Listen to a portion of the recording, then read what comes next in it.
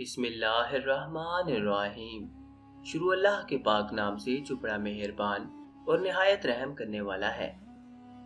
سرکار مدینہ صلی اللہ علیہ وآلہ وسلم کے پیارے غلاموں، السلام علیکم۔ محترم سامعین، آج کی اس ویڈیو میں حضرت خواجہ حسن بصری رحمۃ اللہ تعالی علیہ کے بارے میں بات کریں گے کہ آپ اصل میں کون ہیں، آپ کا مقام کیا ہے، اور آپ سے متعلق چند واقعات کا تذکرہ کریں گے۔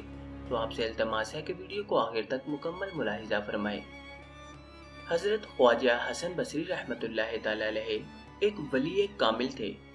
آپ کو حضرت ام المومنین ام سلمہ رضی اللہ تعالی عنہ کا دودھ پینے کا شرف حاصل ہے، کیونکہ آپ کی والدہ حضرت ام المومنین ام سلمہ رضی اللہ تعالی عنہ کی کنیز تھیں، اور ماں کی مصروفیت کے اوقات میں آپ ان کو اپنا دودھ پلا دیا کرتی تھیں۔ اس طرح جو قطرات شیر بھی دہن مبارک میں پہنچ جاتے تھے، وہی تزکیہ باطن اور رفع منزلت کا باعث بن جاتے تھے۔ آپ رحمت اللہ تعالی علیہ نے حضور آقا دو جہاں صلی اللہ علیہ وآلہ وسلم کے مقدس پیالے سے پانی بھی پیا ہے، ان کی گود میں بھی کھیلے ہیں اور دعائیں بھی لی ہیں۔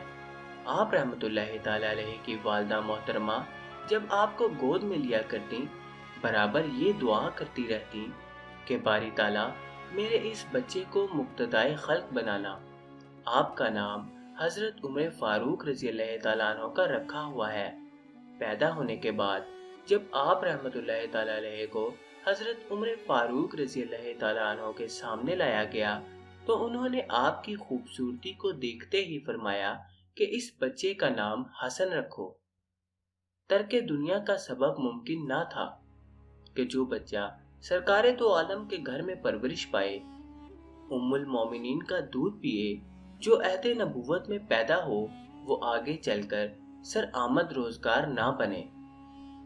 آپ اپنی ذہانت کی وجہ سے بہت جلد علوم ظاہری میں کامل ہو گئے اور ہوش سنبھالتے ہی بصرہ میں گوہر فروشی شروع کر دی، اور اس تجارت کو اتنی وسعت دی کہ روم ایران تک جانے لگے۔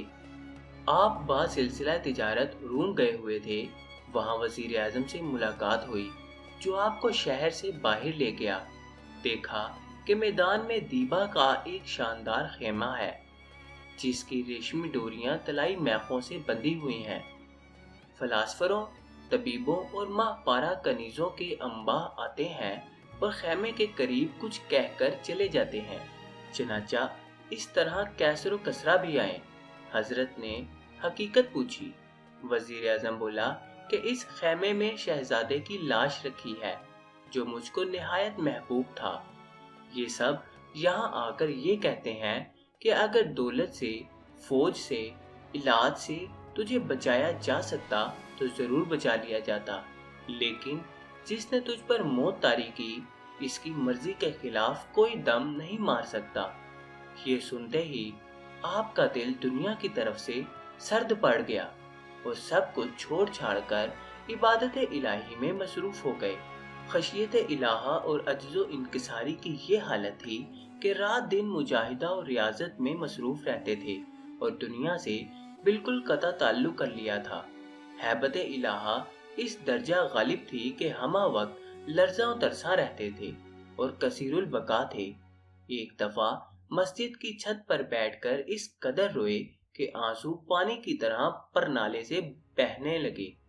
اسی طرح کسی جنازے کی نماز پڑھائی تو دفن کے بعد ایسی رکعت طاری ہوئی کہ وہاں کی خاک کیچڑ بن گئی، اور فرمایا، لوگو کیوں بھولے ہوئے ہو، اس عالم سے کیوں نہیں ڈرتے جس کی ابتدا یہ قبر ہے، آخر تم سب کو یہ منزل پیش آنی ہے۔